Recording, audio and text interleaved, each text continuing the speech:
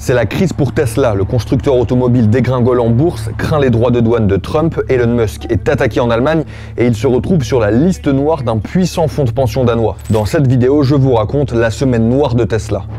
Le lundi 10 mars, Tesla connaît sa pire journée à Wall Street depuis septembre 2020, avec une baisse de 15,3% de sa valeur, qui a même fondu de moitié en moins de 3 mois. Ça fait notamment suite à la prévision d'un analyste réputé d'une chute de 5% des ventes sur l'année, alors que les dirigeants de l'entreprise promettent un retour à la croissance en 2025. Le jeudi 13 mars, on apprend que ce sont ces dirigeants justement qui s'inquiètent des conséquences de la politique des droits de douane sur Tesla. Ils adressent une lettre à l'administration de Trump pour dire que l'augmentation des droits de douane pourrait surenchérir les coûts de fabrication de ces véhicules et les rendre moins compétitifs à l'exportation. On se rappelle qu'Elon Musk, le patron de Tesla, fait partie lui-même de l'administration de Trump. Le vendredi 14 mars, c'est Elon Musk directement qui est visé par un puissant fonds de pension danois.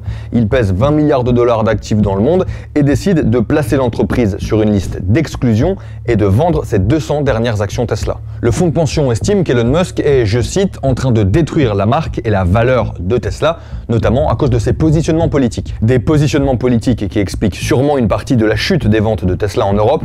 En janvier et février, leurs ventes ont sombré de 44% en France et en Norvège, ou encore de 71% en Allemagne. L'Allemagne qui est pourtant le pays où Tesla a installé sa seule usine européenne. Une usine près de Berlin sur laquelle avait été projetée une image d'Elon Musk en train de faire son salut nazi à l'investiture de Trump par des activistes allemands.